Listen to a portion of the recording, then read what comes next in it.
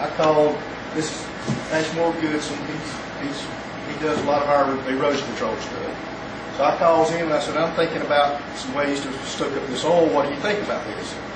So I said, you go get this and try it and see how it works. And call me back. So he said, you ain't gonna believe how this works. We think this is a good idea, and we're pitching this idea, but we would like to be able to do the work. So that's kind of where we're at. So just keep that in mind. But what we got, obviously we got clean water here. We're going to pour some oil in it, and then we're going to put some of this hay in it and let you see how it soaks the oil. And we got a couple other things we're going to look at too, along the same lines. This is just some burn oil that he's got. It's just burn oil with viscosity's out of it. So crude oil would have more viscosity and stick to something like this even more than burn oil would. There's two types of hay in the southeast United States. And one of them is coastal Bermuda. This is the main common one. This is it. Bermuda grass. The other is the Bahia grass. I'll show you some examples.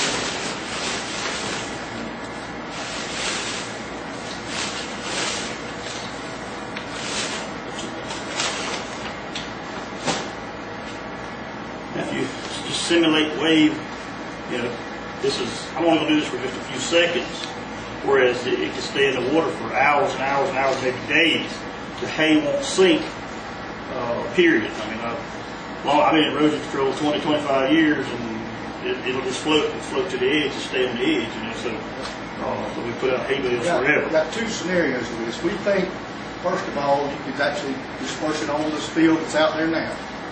It'll soak up the oil there now. You've got skimmers that come along and skim up the hay, or you could use the shrimp boats out there with their nets to pick it back up, or something along that line. Or if it washes up on shore, it's going to be just like seaweed, and then you take conventional beach cleaning equipment and you just pick it up. And when you have dumpsters on the beach with liners or whatever in them, and put them in those dumpsters. And as far as disposing it, my thoughts was take it to some incinerator and use it for energy, and burn it, mix it with wood chips or whatever, and dispose it like that. I don't know what the DEP implications would be of that or whatever, but as far as getting it out of the water, this is, I've grounded all kinds of stuff in the last few days. This right here is about as green and about as simple as it gets. Now this is just in a few minutes. Now pay no attention to what's around the edge. There ain't no bowl out there in the ocean. There ain't no edges, so this stuff's going to float and rinse around, flop around in the waves. You take a look at this hay right there. Look what's attached to it. Think about that.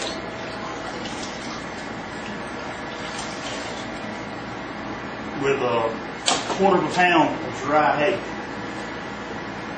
This is Bermuda grass. This is what commonly farmers will have everywhere. Bahia grass and Bermuda grass. And that's what they'll have. Now there's one other type. Hay is straw. It's wheat straw, oat straw. It don't have any kind of seed, wild nothing. It can't come up. That's going to be here. It's being seasoned in about 2 or 3 more weeks, and that would be a massive ready-to supply in about 2 or 3 weeks. But if you got this known all over the southeast, you could have a lot of hay coming to go on barges to go out to blow in the middle of that.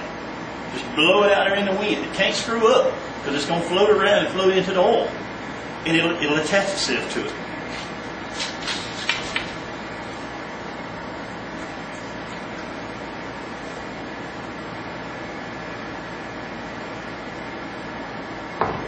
That's a lot different than when I poured it in there. Now I can take a little bit more hay and clean it right on up.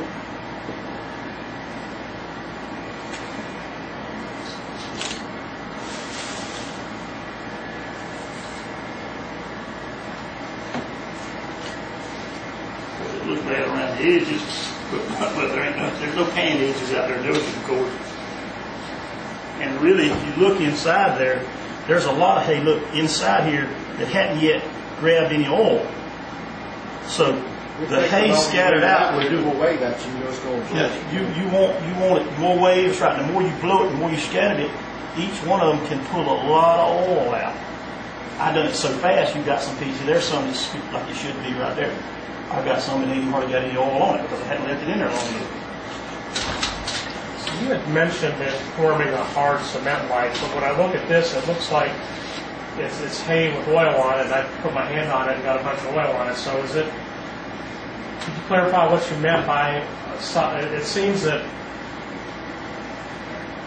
What am I trying to say is, it's not really being absorbed in the hay. It's just on the hay. It's attaching itself to it. Right, it's attaching itself to it, and that's all you want to do is attach it to something so you can get it. If it makes it to the beach, worst case scenario, it's going to end there at high tide. That's where it's going to be set, and it'll stabilize right there and be in the hay. So you take this beach seaweed equipment that is pretty readily available. They'll run along there and just roll it, pick it up, go right in. The oil's coming up. If it washes up there without being attached to something, you got it in the sand, you can't get it. In other words, you got a mess to get it. So this would skim it more off the top of the sand as opposed to removing more of the sand. That's right. That's right. They just skim it, and the sand jiggles down it just like getting the seaweed stuff with seaweeds on the beach. But you don't start there. You preemptive. You go deep out there where it's at with bars and stuff, and blow this into it, and it'll be mixing and churning. And then you can put people with nets. Big round bale of hay that you put in a blower, and it actually chops it up and blows it out there in this form. So you got a lot of hay here that's still clean because there's no more oil left there.